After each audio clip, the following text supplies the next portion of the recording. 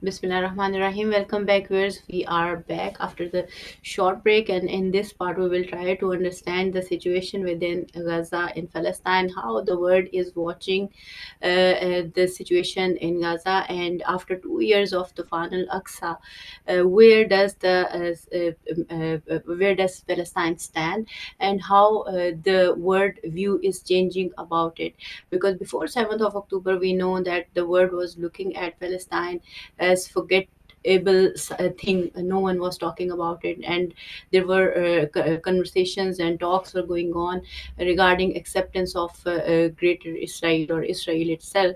And now the situation is in the terms of situation, if we look at it, we see that the situation is has changed a lot, and now there is a discussion going on about the survivor of Israel. So how the things are going on.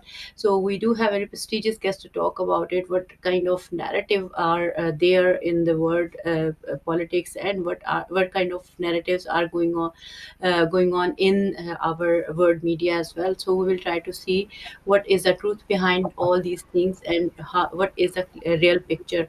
So we do have a very prestigious guest with us, Dr. Inayatullah Indarabi, and we do have Sister Sakina Datu. I'm really honored to have you both on the show. Thank you so much for joining us today. Sister Sakina, starting from you, if you could share some updates regarding current situation within Gaza after 2 years of aftermath of, you can say, 7th October, as genocide and ethnic cleansing is at its peak. So how do you see this situation after 2 years, so that we can take Dr. Rabi view afterwards? So Walaikum salam, Sister Faiza. Thank you for having me on. So obviously, we have just passed the 2 year anniversary of what happened on October 7th. And the Gaza remains dire. I mean, I think, the situation over there is so bad. And not just in Gaza, which we've been, of course, witnessing a genocide unfold for the past 2 years, but the West Bank, sometimes less talk about the annexation of the West Bank that is going on, the systematic, making enclaves of smaller and smaller, the agriculture, land being taken away from the Palestinians in the West Bank. Today we've heard of, the Ben Gavir and some of them, the Zionists, storming Al Aqsa once again. Several times they've done that. And in violation of everything, every international law, but also in open violation of the billions of Muslims around the world. Al Aqsa, of course, is one of the, the third holiest site in the Islamic, doctrine, and yet, billions of Muslims are watching this happen, unable to do anything. So I think there are many aspects, a lot to unpack here in terms of. On one hand, you do see a very, very difficult situation for the Muslims around the world, in particular, the Palestinians. I do this show of Women of Resistance and speak to women in Gaza, every single week. And systematically, the stories have become so heartbreaking. I mean, from the day we started, which is earlier this year, the stories were very sad. But now, when we speak to them, it's sometimes hard to even listen and to edit these stories. I just watched a story of a mother who's lost seven children and a husband, to this genocide. And yet the resilience and the strength of these women is nothing that we can ever imagine, because despite all this, she says she will not leave Gaza, she will not give up her homeland. They are made of something quite different from any of us. And this is amazing to watch. But at the same time, I think in 2 years, the positives I would see is the awakened world. 2 years ago, these atrocities were still happening. They were just not concentrated in the manner that we see today. But they have been suffering. The Palestinians have been suffering since 1948. So 7th October was not a start of the subjugation of the Palestinians, but the world had forgotten all about them. It was a story here and there on now and then. But in the past 2 years, the world's consciousness has been awakened. We watched recently how the flotilla members, took this stance of resistance and headed to try and break the siege. They've been treated so badly. And I think, in a way, what I take out of this is that So far, we were used to seeing Muslims, people who are brown and black, being subjugated by this Zionist entity in a, really dehumanized manner. But these international activists who are white and have a certain privilege have faced the same kind of treatment in Israelis' jails. And I think what this has done, we of course knew all along what Zionists were all about, but what this has done, he's awakened more people. So people in the western capitals and in western cities are realizing that this is not just a small selected group of people who are bearing the brunt of the Zionist ideology, that this can go to anyone. Of course, we're seeing it in the UK too, how it is entrenched and how our freedoms every single day are being encroached upon. We can get into the local situation, but the situation in Palestine remains really dire. And they're just the pictures that are, heartbreaking every single day. You would have thought that, in 2 years' time we would get used to it, but a human being doesn't get used to watching the oppression of the kind that we are continuously seeing. Thank you, Sister Sakina, for sharing your viewpoint on the aftermath of like 7th October and before that as well, just in case. And still, things are not changing. In fact, every passing moment for the people of Gaza is very painful. This is humanitarian crisis, and no one is trying to help out actually. So, Dr. Drabi, what is your viewpoint? I mean, this is obviously human pain and agony we were discussing earlier, but there is another way of looking at it, and which is narrative building and different twisted narratives which we can see in the media. So how do you see this whole thing, and what do you think that we are supposed to look at when we are looking at the situation of Greater Israel project, or you can say Gaza, or in you can say the current situation which is going on in terms of a peace agreement from a Trump administration and stuff like that. So what is your take on that? Bismillah ar-Rahman ar-Rahim. See, what has been happening in Gaza or elsewhere in West Bank and all this since October and before that, since 48 and 1948, and prior to the establishment of Israel, what happened in Palestine and how the terrorist organizations were created and how they expelled people from their homes. This is all the result. This is all the consequence. These are all the effects. The main problem is the Zionist entity. The idea of it, when it was conceived here in Britain, in London, in this parliament here, the main problem is there. I mean, the existence of the Zionist entity, rest everything comes out of that. Once that problem is not there, everything will be okay. I mean, this is, I mean, to my mind, it is as simple as that. But equally, it is extremely tragic, and it should not have been happening. Now, coming to the latest things which have been happening regarding this, since we are now more than 2 years have gone. Yesterday it was the second anniversary. Now, where we are and what's happening, the latest is what Trump has done. He has announced a peace plan, and it is said that it is 20 points peace plan. I have not read it. I will not read it, and I do not need to read it because it's not a peace plan. Let me tell you, when we plan something, say for example, East London here was a very it was a rundown area of London. In the For the Olympics, it was they gave it a boost, a lot of construction work, so much. Now all this is first plan that in a 15-year plan, and after 15 years you see the plan on the ground. You see something has happened on the ground. You see what was planned has taken concrete shape on the ground. Let me tell you without any doubt, whether it is 20 point or 40 point or whatever this plan is, it will never come into existence. Let me tell you very clearly, I mean, I have zero doubts about it. It will never happen. What has been planned there, it will never happen. The reason is very clear. The reason is that it has been it has been agreed, or I mean, it has been drawn. This plan has been drawn without the real parties, without the Palestinians, without others being there. They don't know anything. Something has been done about them, and we will do this, and we will bring Tony Blair. All now, without their consent, without they being the part of process, so it will never materialize.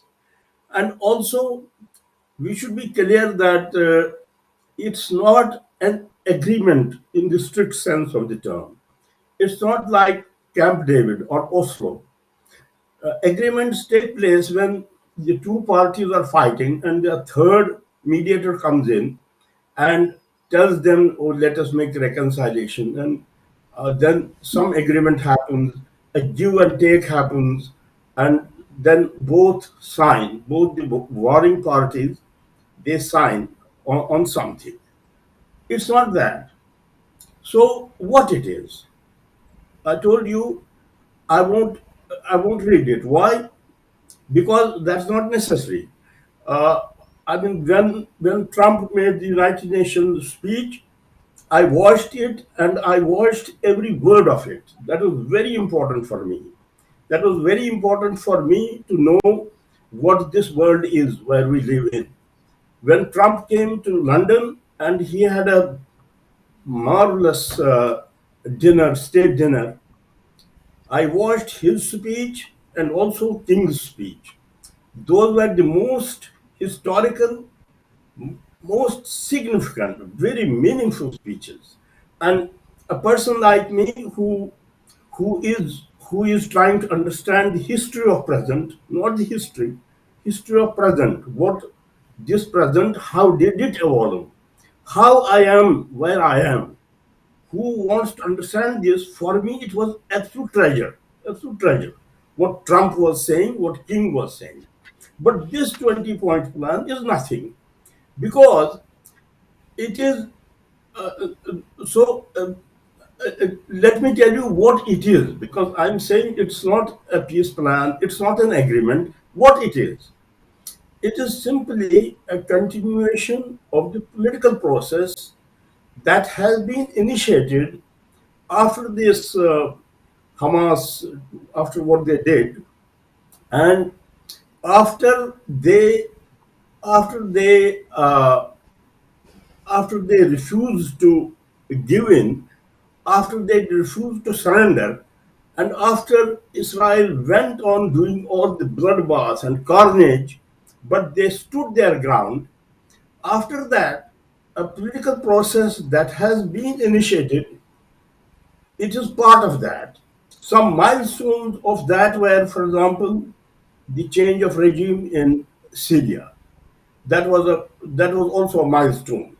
The whole political and military process that is geared to one single goal, that is neutralization of Islamic Iran. Iran has to be neutralized. Now,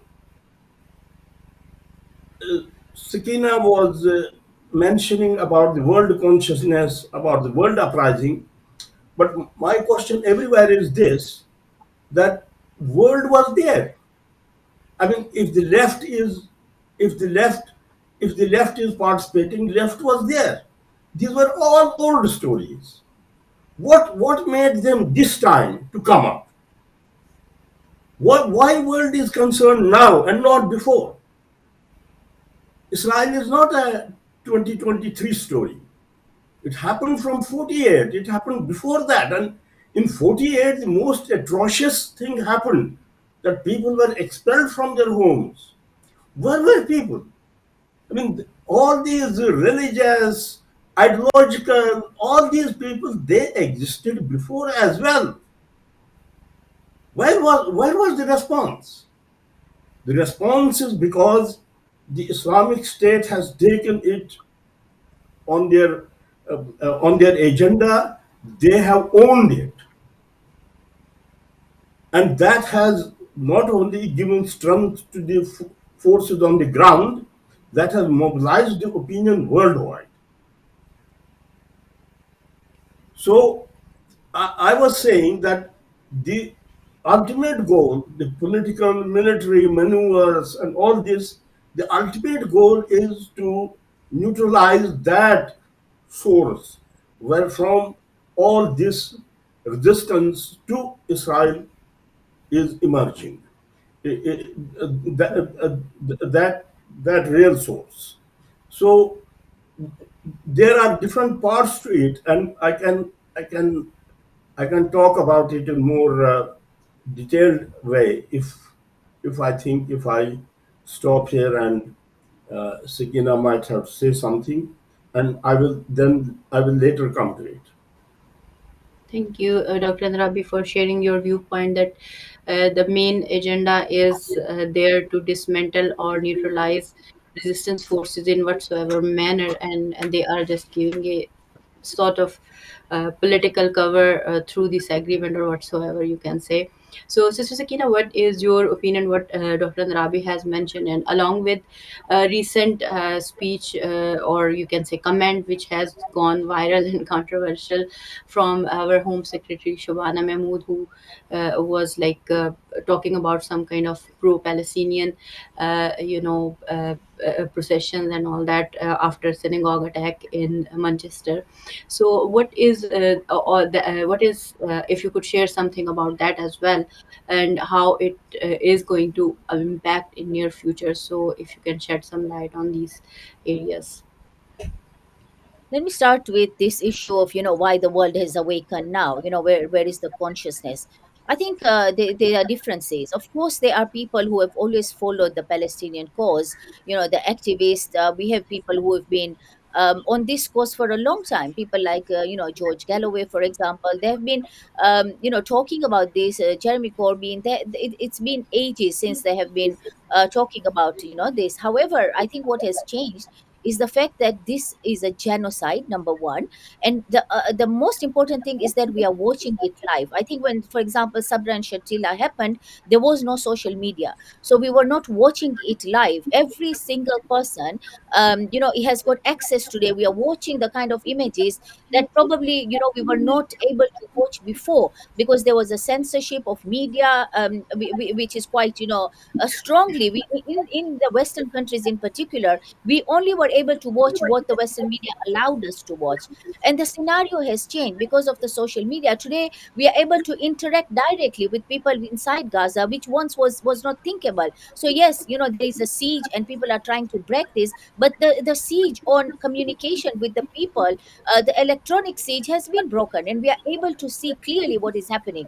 And I do think that this is important because if you look at the South African case, it was the grassroots that ended up forcing their governments to end this apartheid regime. So I think this is important. And sometimes, yes, the Muslim countries have certain role to play, but I do believe that when the grassroots in the Western countries in particular really rise up, it does make a difference. Now, this is not to say that I'm expecting Britain to suddenly turn pro-Palestinian or to give up the support of the Zionist entity. Of course, the Balfour Declaration was a British creation, and Britain will not abandon this because this the Zionism concept is part of the overall imperialist colonial mindset, which is perpetrated by the West. It is a survival of the West because this is the only way they can ensure that they have got control of the resources, in all parts of the world. I mean, at the moment, in context of Palestine, we are talking about,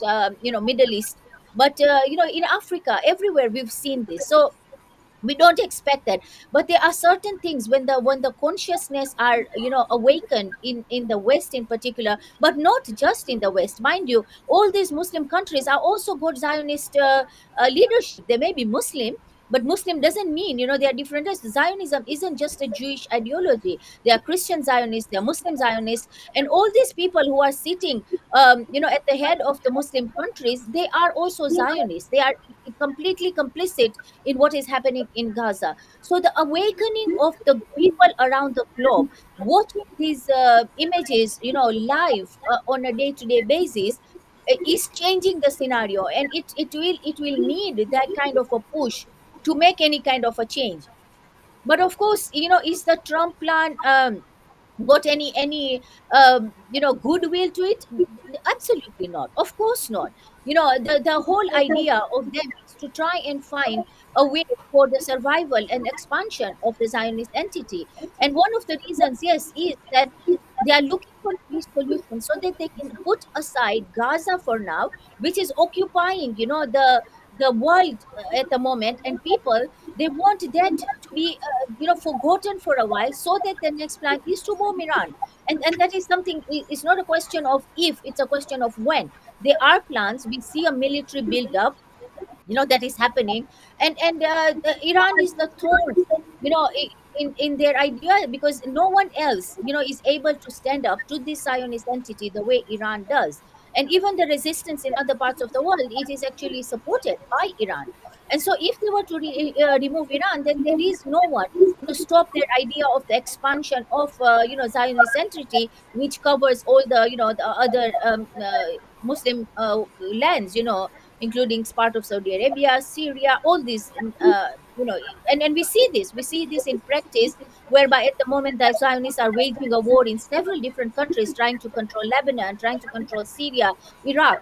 So that is the plan. But what should be our response? I think our response, I personally believe that the Hamas, many people did not expect them to come up with the kind of response they did. Many people thought that they were going to say directly no, but I think it was a blinder. I think it was extreme political astuteness on their side that they agreed to this, because what they have done is they've taken them by surprise, and once again they are revealing the reality of the Zionists. So we know that when this happened, Netanyahu was really confused, because he never expected that Hamas would agree, and therefore the ball came on his court now, because he is looking ridiculous, that the 20-point plan that he and Netanyahu, he and Trump together put it together. He was in Washington. They made this plan together, because they knew that if Hamas is going to say no, then they were going to say, finish the job. And now what happens? Hamas has agreed to release all the hostages, but will Israel do its part? Are they going to withdraw from Gaza? They're never going to do that. But by them being put in this position, I think even people, you see, for people like us who are in the know and have followed the story of Palestine, we know all these puzzles. But your next door neighbor who doesn't know the details of all these things, and they just depend on basic news, for example, from BBC and from CNN, they don't have the full picture. And this helps them to understand that, even if today Hamas, for example, is open to peace plan, who is the one that is blocking it? So, in my view, in nations such as ours, these are important elements. They are all pieces of the puzzle that aid the understanding of the common man. Do I believe that it's going to happen a peace plan? No, I don't believe that. There was never any intention for that. But I think still, I do believe that this was a good move from Hamas. Now, on the issue of local politics, Shabana Mahmoud. Shabana Mahmoud is one of those who are classical examples of those who get drunk by power. This was a woman who at one point used to attend pro-Palestinian marches, used to put a post on a social media asking people to support marches. Today that she has become Secretary of State or Home Secretary, she is trying in every manner to pander to the Zionists, because she wants to be accepted by them. As we know, in this country, if you have any political ambitions, You cannot succeed, you cannot become a party leader, you cannot reach higher positions if you don't have the support of the Zionists, because they are the ones who control the whole political system.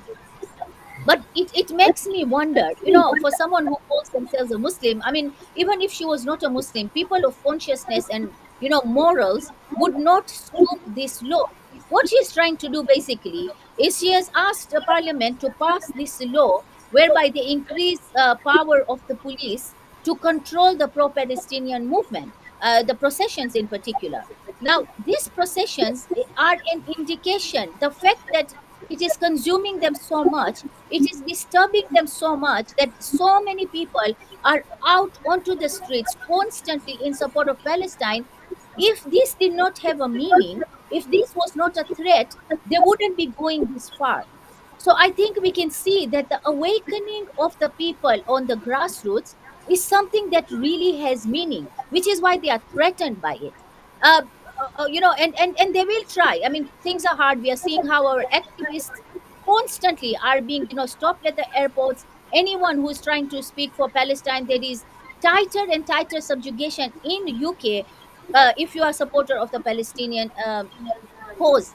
So I think, this is a time for the Muslims, but not just Muslims. I think people who believe in the righteousness, this is a time for us to even increase our activism. Is not a time to step back and get, fearful or to be scared. For example, there is a procession coming up this particular Saturday.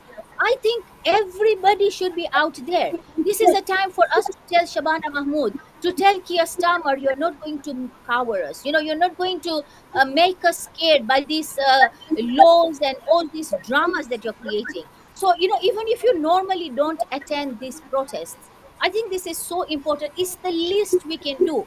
How many of us are able to do something significant, for the people of Gaza? I really think that this is the time. If we are, really care about a world that is peaceful, that is just, to do this little bit, to be out there, to tell Shavana Mahmood and her fellow Zayos that we are not going to be, put back. We are going to continue coming to the streets, and we are going to oppose all measures to stop us from speaking out and standing for the rights of the Palestinians. Thank you, Sister Sakina, for shedding some light on the local and global politics of both the sides. So, Dr. Naid, what are your viewpoint as you were sharing some viewpoint on Gaza dismantling of Hamas by Trump administration and especially the Netanyahu? They couldn't achieve their war goals before, and they couldn't achieve their these kind of goals. And they, as you have already mentioned, that agreement is always between two parties who are part of that fight or battle or whatsoever. So the agreement we have seen on the political floor is there is no parties available who are actually the parties of this whole thing. So how what else you would like to add in that scenario? Do you think because we can see that Netanyahu's survival is only based on this war and the kind of action he is taking place, and he is always sharing his achievements in terms of the assassination of resistance leaders and other losses, life losses, and all that. So, how do you see all these things, and what would you like to add more in terms of what Sister Sakina has said, and most importantly, what you were supposed to share in terms of narratives which are prevailing and which one is the right one to look at? Yes, I will say something more about this so-called peace plan. But before that, I will address a couple of points raised by Sakina. The first thing is we must definitely differentiate between what produces something and what supports something. The generative and the maintenance. This Western world which we see, it was created by hard power, by killing and getting killed. Hard power. It is maintained by democratic institutions. Democratic institutions did not create it. Hard power created it. Democratic institutions are now maintaining it. We must differentiate between maintenance and production. Now, any conflict anywhere in the world, be it Kashmir, Gaza, ultimately the production will be done by hard power. Gaza Palestinians have laid down their lives.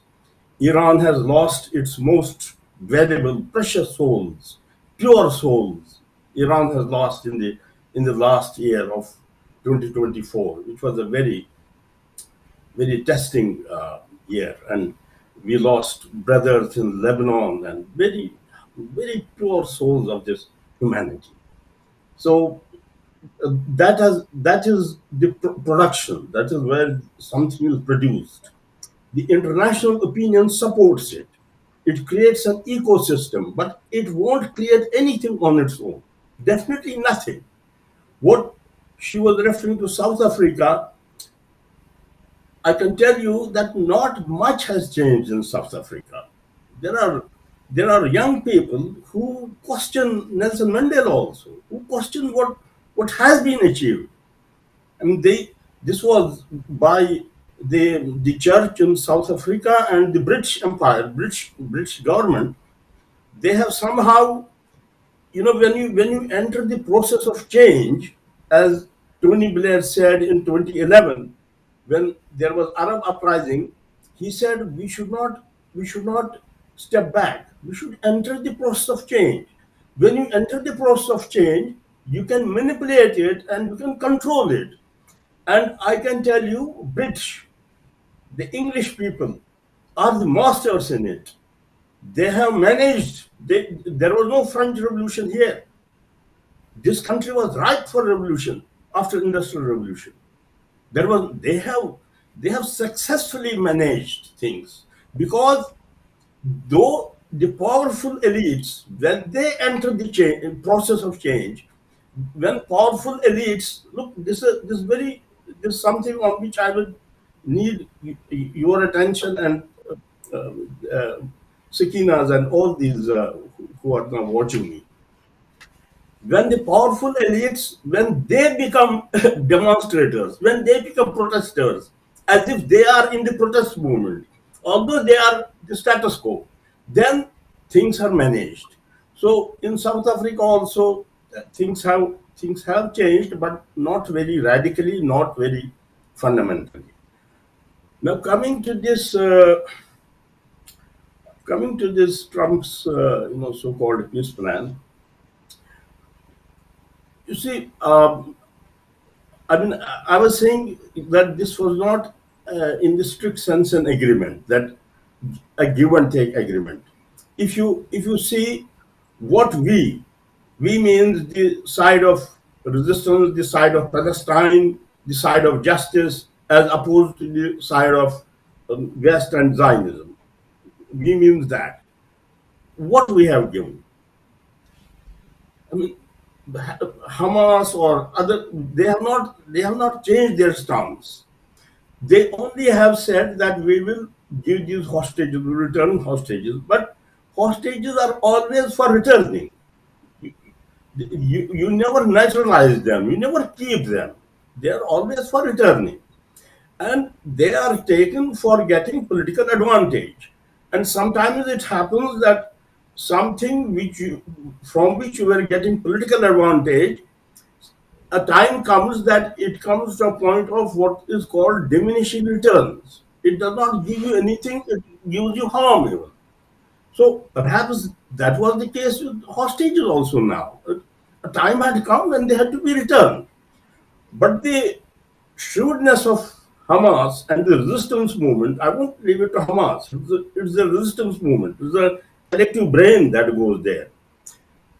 The shrewdness is that they have broken Trump's binary, that give give give hostages or be ready for bad things.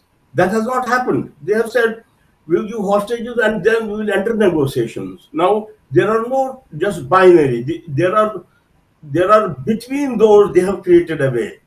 That is where their shrewdness lies. And I absolutely agree with the Sikina. They have done a good thing. Saying no was not an option, and it would not have done anything politically.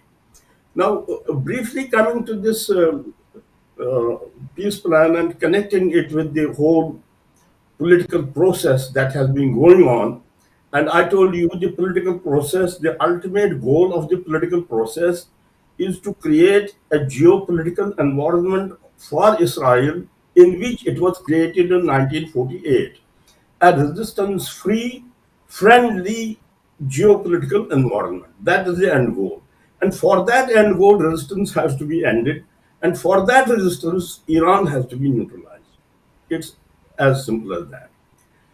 Now, what is happening in this plan, and I will seek your attention here. This is very interesting. This two-state solution, this was said well before, but now it had gone into background. Nobody was talking about it. I have so many times said this, and it needs to be repeated that before 7th October 2023, Netanyahu, Mohammed bin Salman, and Narendra Modi in Delhi, they were signing they were signing an agreement on a trade route starting from India, going to Middle East, then passing through Tel Aviv and going to Europe. And Netanyahu was saying that Tel Aviv will be the hub of world trade. So there was no talk of Palestine or two state. Now this two state is again being talked about. It is basically because things have changed. And these two states, on these two states, I was saying that I seek your attention. What are the two states? One is concrete, proper state, that is Zionist state with defined borders. What is the other? If you recognize two states, you are recognizing, okay, you are recognizing Palestine, but that is nowhere. You are essentially recognizing Israel. And if Pakistan's Foreign Office would have made a statement that we are recognizing Israel, hell would have broken out. But essentially, they have. These countries, these 8 countries who have signed, Turkey is also already friend with Israel for decades. Indonesia, others who had not recognized Israel, they have recognized because this on this agreement or on this peace plan, I'm talking of this. This peace plan is basically meant, as I told you, it's a part of the political process. It's part of getting Israel more and more recognized.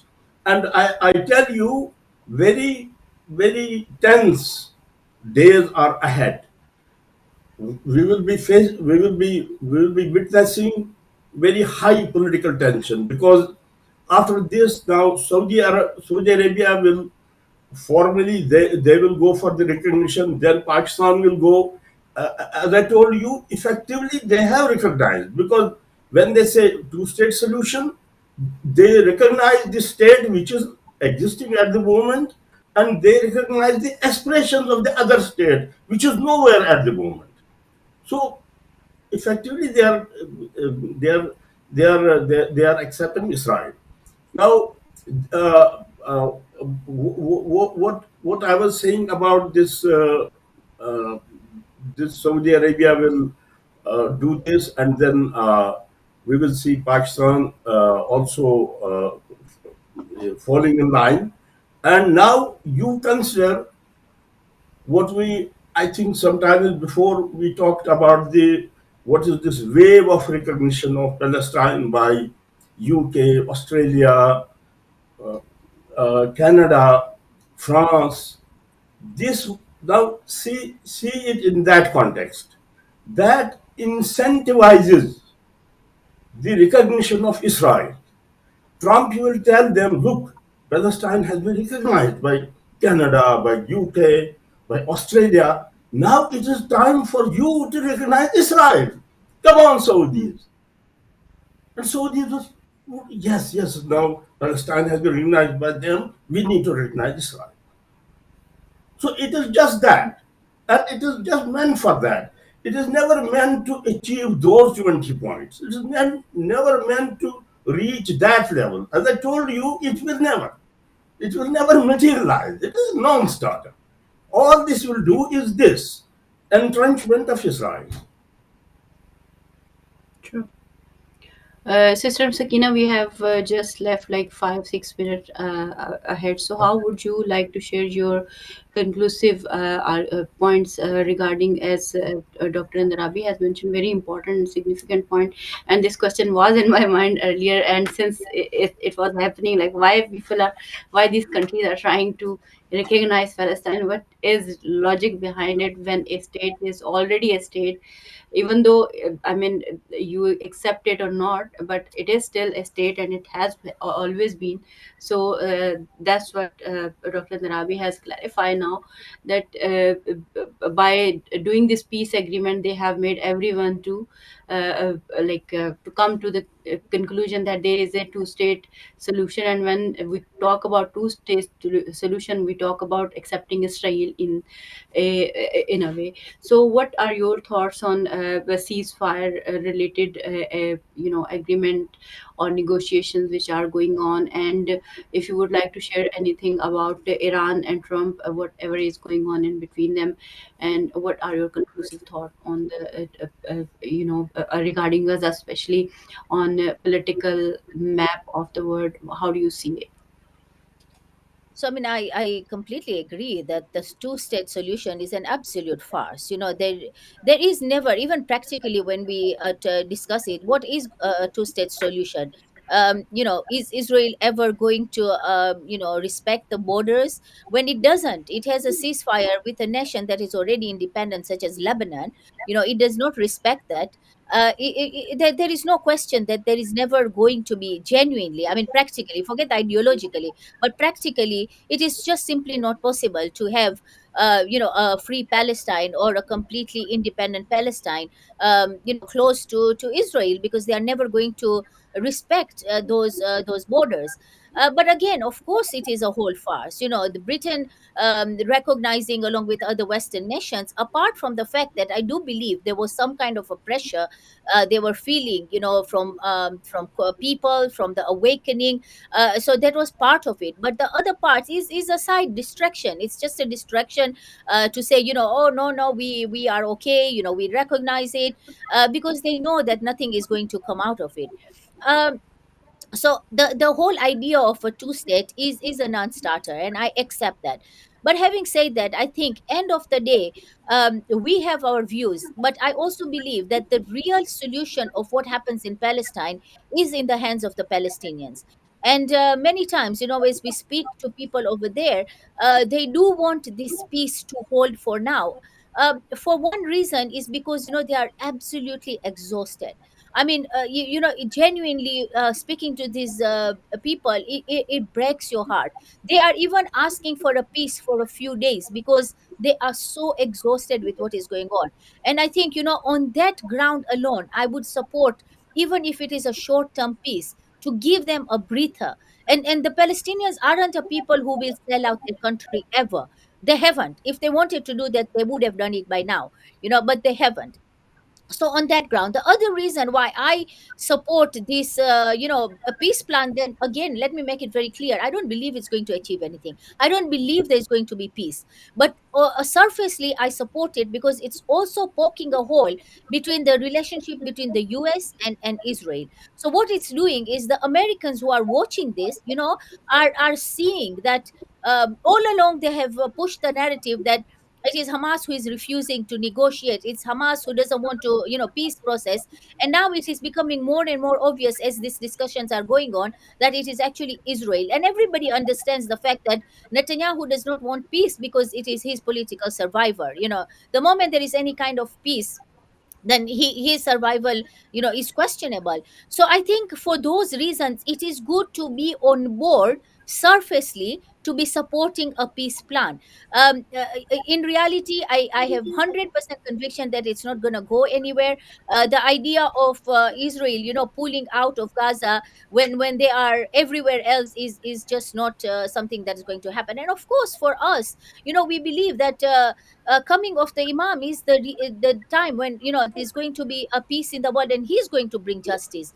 And therefore, all indications are that these problems are not going to be sorted out. In fact, we have entered, in my view, of course, nobody knows exactly when the time of the Imam will come, and none of us can predict it. But it looks that we are entering into an era whereby probably we are leading to the time of the coming of the Imam. So on our side, I these are all our things on what can and cannot happen, and our political understanding of things. But end of the day, I believe that each one of us, we have to play our part. The bigger picture is not for us to decide. End of the day, apart from the fact that we believe in our Imam, we also believe that God is in the arena. Allah is watching everything that is happening. So there are days when we feel very, very hopeless, and I meet a lot of people who feel very hopeless, and this is the message I think I want to leave with, that we cannot afford hopelessness. This is not something that innately is within our faith and our being. We always have to remember that Allah is watching that, and whatever is happening, there is a plan happening. The question for us is, on which side of history are we? When we go to our graves, what are we going to answer? If we are lucky enough that we are there in the time of the Imam, are we going to be part of his army or not? I think that is the concluding issue for me. And in that context, we don't we analyze, of course we analyze, and we look at the global picture, but we do not, it is not up to us to decide finally what happens. That is purely not in our hands. Now, of course, the other issue is Iran. You mentioned very briefly Iran, in my view, is going to be attacked. There are every indications that that is the case. And one of the reasons, like I said before, they want to put Gaza outside the social media and the global media, outside of the headlines for the time being, is so that they can attack Iran. And all these Gulf countries that we're talking about, they are fully complicit with the Zionists, and they are every indications that they are going to support the Americans and the Zionists in bombing Iran, because Iran is a threat to all of them. But again, let's not give in to hopelessness. Iran is a very strong nation. We saw just glimpses of what they did last time in the 12-day war, whereby Netanyahu had to go running asking for a ceasefire. And since then, Iran has only solidified itself more. The relationship that it now has with China and Russia puts it in a very strong place. So we should not fear, much as we do not want a war. For sure, we don't. We don't want to see the loss of innocent lives. And we pray. This is one of our duties, apart from speaking out, is to pray for our brothers, all over the world, but in Iran in particular. But if there is a war in Iran, we should not be shaken up. A lot of people feel shaken up very, very quickly. We shouldn't. Iran is prepared for the war, and if they are silly enough to go and attack Iran, they will get their answers. The question for us to end with is that, where are we? Are we playing our part? Are we doing even the basics? Are we updating our social media, keeping consciousness alive? Are we out onto the street protesting for the right? So let's worry about our souls, and we pray for our brothers and sisters, all over the world, who are being oppressed. Thank you, Sister Sakina. Really grateful for your time, and Dr. Natul Andrami, really grateful for your time, and really honored to have you both on the on the show on this important topic. And to the viewers, I would say there is no winning or losing unless we are standing on the right side. Your struggle matters. Your duty towards that struggle matters. Your resistance towards truth and justice, that is something that matters. If everything is painful, hard to bear, but when we stand for truth and justice, then we have to have that kind of sacrifice. So we need to keep our hopes alive and stand with Palestine. So inshallah, we'll see you next week. Look after yourself. Allah Hafiz.